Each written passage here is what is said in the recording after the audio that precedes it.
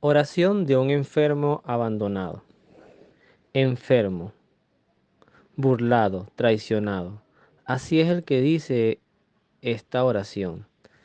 Tal vez lo conozcamos y esté a nuestro lado esperando consuelo. El Salmo 41 en la liturgia de las horas, Salmo 40, nos dirá, feliz el que se acuerda del pobre y del débil, en el día malo lo salvará el Señor.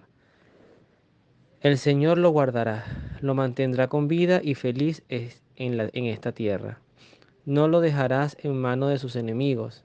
El Señor lo acompaña en su lecho de dolor y le arregla cama mientras está enfermo. Yo dije, Señor, apiádate de mí, sáname porque he pecado contra ti. Mis enemigos me desean lo peor. A, a ver si se muere y ya no se habla más de él. Si alguien viene a verme, habla por hablar, pero se informa para dañarme.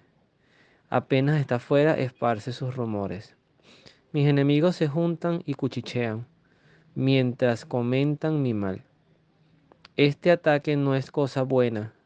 Cayó en la cama para no levantarse.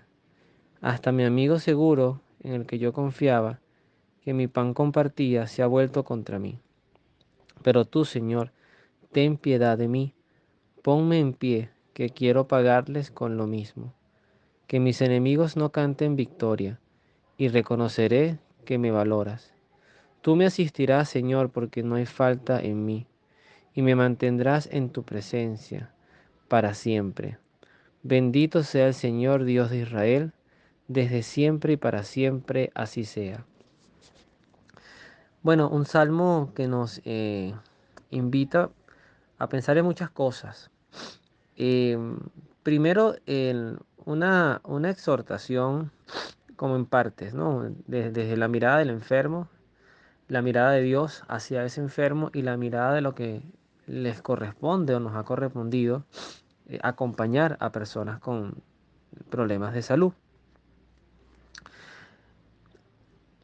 Para, para iniciar esta reflexión de este salmo, que además me parece que es muy explícito, tiene mucha claridad, quiero traer a colación algo que aprendí recientemente en una enseñanza, una catequesis de un sacerdote.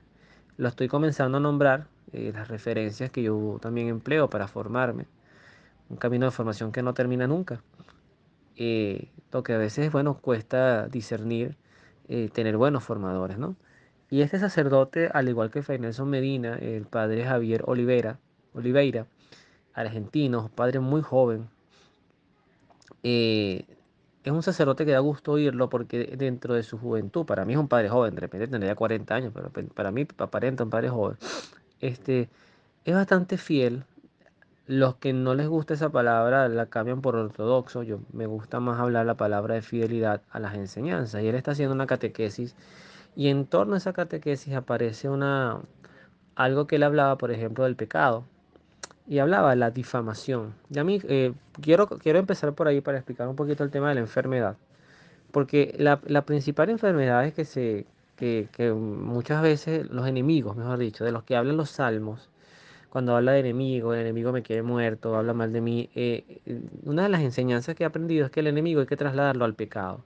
Y detrás del pecado están los demonios, están los ángeles caídos, que quieren que todos nosotros pues nos alejemos de Dios y compartamos la infeliz, eh, el infeliz destino que ellos tuvieron eternamente porque así lo quisieron.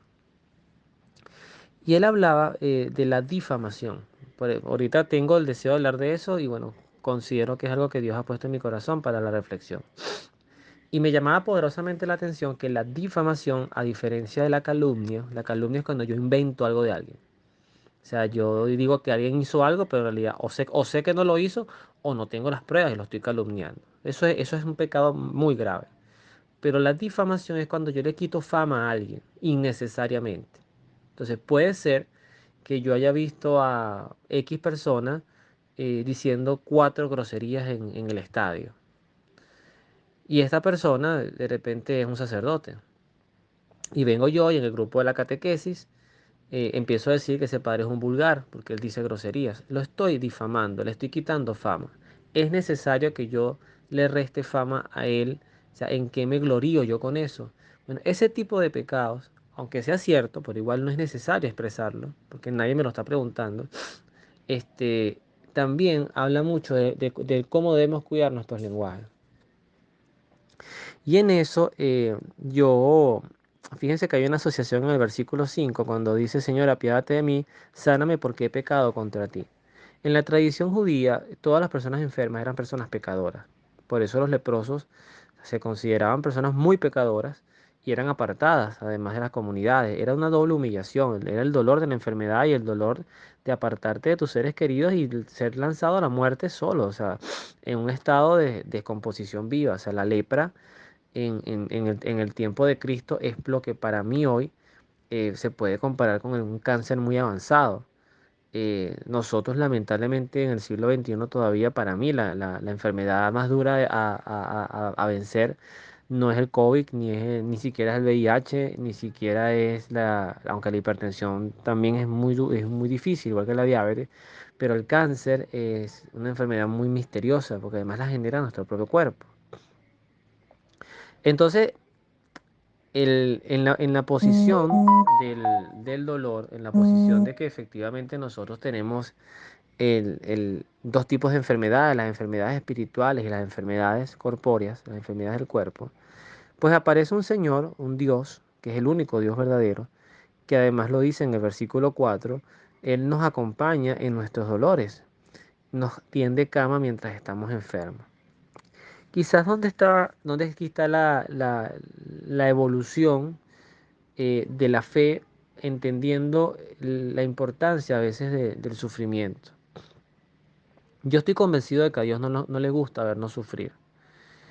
Em, pero también estoy convencido de que las consecuencias que marcaron y mancharon, condicionaron la existencia humana desde el pecado de nuestros primeros padres, Adán y Eva, hasta nuestra propia existencia, que marcaron nuestra naturaleza humana, pues es algo muy, muy grave, porque fue un escupitazo a un regalo gratuito y sublime, indescriptible. Uno de los primeros aspectos dolorosos de la enfermedad del pecado es precisamente el haber incorporado a nuestra naturaleza algo que no estaba en el plan de Dios, que es la propia muerte,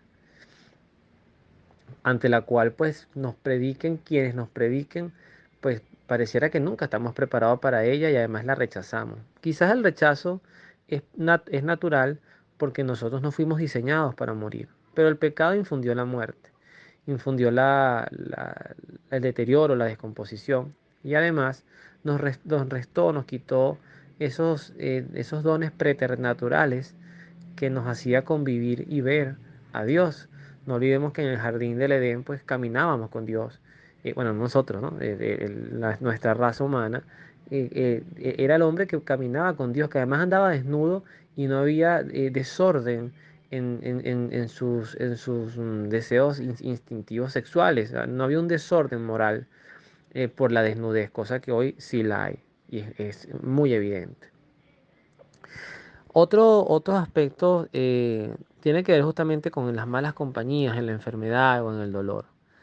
Eh, Somos muy chismosos, muchísimo, y a veces el dolor de otras personas lo que nos da es tema de qué hablar, pero no constructivo, sino inclusive hay personas que cuando alguien está enfermo hasta le echan culpa. Bueno, está enfermo porque no se cuidó, porque hizo esto, porque comió aquello. Bueno, el que está enfermo porque está enfermo, porque le tocó y ya. O sea, no hay que darle más en la herida. Y es muy, dice mucho esto que dice, si alguien viene a verme, habla por hablar, o sea, como que te consuela por consolarte, te dices palabras, lo que en realidad quería verte para chismear. Y luego se informa, fíjense lo que dice el Salmo, ¿no? Se informa para dañarme. Apenas sale, esparce sus rumores. ¿Ok? Entonces mis enemigos se juntan y cuchichean. Justamente de todo esto hay que reflexionar, porque en parte, en algún punto de la vida nos tocará ser el enfermo y en otro punto más común nos tocará ser los acompañantes, los cuchicheadores, si me permiten la palabra, los que llevan el rumor y el daño a los demás. Sin embargo, el texto termina en el versículo 14 con una enseñanza muy hermosa y nos invitan nuevamente a recordar los dos primeros capítulos de un libro que ya he citado mucho, que es el libro de Job, que a pesar de los sufrimientos, de los dolores, de las necesidades, de los miedos legítimos, el salmista culmina diciendo, bendito sea el Señor, Dios de Israel, desde siempre y para siempre así sea. Creo que esa postura final también deja una muy bonita enseñanza y es aprender a abrazar la confianza plena en Dios. Hay una palabra, ya para ir cerrando, hay una palabra que a mí me parece muy importante en el ejercicio de la vida cristiana. Y les voy a decir algo que yo suelo hacer, no todo el tiempo, pero suelo hacer. Yo me paro ante el Santísimo, me siento ante el Santísimo o me arrodillo ante el Santísimo, dependiendo, por supuesto, si está expuesto o no. Si está en el sagrario, pues me siento o le hablo un momentico parado, le hago una visita corta. Y le puedo expresar en ese momento lo que siento, cómo me siento, las heridas, mis preocupaciones, mis planes, mis proyectos. Pero luego le digo, me abandono a ti. Esa palabra abandonarse es clave. Me abandono a ti porque tú eres Dios y tú sabes lo que es mejor para mí. Y si tú eres el capitán de mi barco, que es mi vida, pues yo no me voy a estrellar porque tú me vas a llevar a puerto seguro. Dicen que porque el alma que muere en pecado mortal se condena. O sea, ¿qué hace que el alma se condene? Y hoy también escuchaba en esta enseñanza, eso fue ayer, escuchaba en esa enseñanza que un alma enferma, un alma que muere enferma por pecado, muere como impresa, es como una impresión, es como un tatuaje que no se quita. O sea, el alma muere con lo que tiene. Y eso que tiene es eterno. El alma no puede transformar esa naturaleza. Nosotros en vida podemos hacerlo. Podemos cambiar nuestro destino natural, eterno, mejor dicho. Podemos convertirnos, podemos elevarnos en gracia. Pero si morimos en pecado mortal, si morimos odiando, si morimos con acciones muy dañinas hacia el prójimo o hacia nosotros mismos, eso queda impreso en el alma y eso ya no se puede cambiar. Y es por eso que hay destinos que al final son eternos, sin Dios, que es lo que optaron los ángeles con su pecado, porque ellos eran seres espirituales y por lo tanto, cuando Dios los prueba y toman esa decisión de rebelarse, o sea, cuando el demonio dice literalmente no lo haré, al plan de Dios, al plan de la encarnación del Verbo, al plan de tener a María criatura como reina y soberana del mundo, esa sensación de humillación que además después Cristo abofetea, porque cuando nosotros vemos un Cristo arrodillado ante sus apóstoles, que era un desastre, lavándole los pies, pues yo creo que muchos ángeles entendieron el poder del amor en el servicio y que más grande es el que sirve, como decía Jesús, más alegría hay en dar que en recibir. Entonces, hay muchos caminos para sanar que no necesariamente son corpóreos. Yo he aprendido a no decirle a la gente todo va a estar bien. Yo le prefiero decirle en las manos de Dios, ten confianza. En las manos de Dios, entrega tu dolor, tus angustias y confía. Que si el final es que el cáncer avance, que si el final es que el dolor no se agudice, pues ofrécelo, ofrécelo. Aunque no lo entiendas, ofrécelo. Porque, y yo lo estoy comprobando en mi vida, después de los 40 años, es raro que te levantes un día y no te duela algo. Y yo he aprendido a vivir con algunos dolorcitos que a veces son musculares, de espalda, de hombro, de brazo, a veces en la cabeza, a veces un mal dormir. Pero es parte de la vida, es parte de la vejez. Entonces uno se pone hasta haciendo yoga. Bueno, está bien, hacer ejercicio me parece muy sano, pero también hay que ejercitar el alma. Y este ejercicio de orar, de reflexionar, también es importante porque es lo que está tallando mi alma. Y es lo que quiero para mí, para mi familia, para mis afectos, especialmente mi hijo que está empezando a vivir, para que también tengas impreso a Dios en su corazón. Así que bueno, ánimo en el dolor, confianza plena y abandono pleno en Dios. Que Dios los bendiga, nos vemos en la oración.